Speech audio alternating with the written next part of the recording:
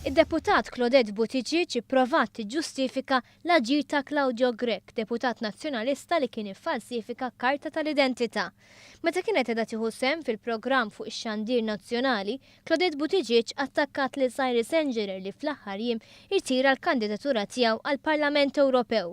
Iżda meta affaċċjata bil-każ ta' Claudio Grech qabżet għalih. Asparagun. Le, mhux lanqas paragun, jiġifieri jiena qed ngħid. Minix qed nitlobkom. Il-bluwa taż-żożija.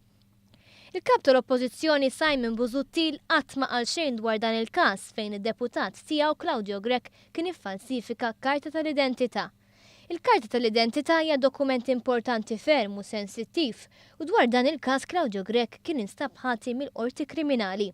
L-istess deputat kien okkupa diversi pożizzjonijiet f'aġenziji importanti tal-gvern fosthom fil-mita. Inti ma tistax takkuża l-ħadd ieħor meta għandek xi ħadd fih danek illi qiegħed ukoll f'pożizzjoni inkrepattiva u ma tiġix tgħidli għax kien żgħir.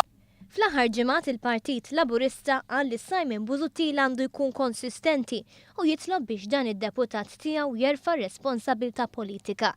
Intqal ukoll li l-kap nazzjonalista ma jistax jastjeni minn din id-deċiżjoni bħalma stjena f'affarijiet oħra fosthom fuq il-vot tal-Unjoni Ċivili u dwar il-pożizzjoni fuq il-kaċċa.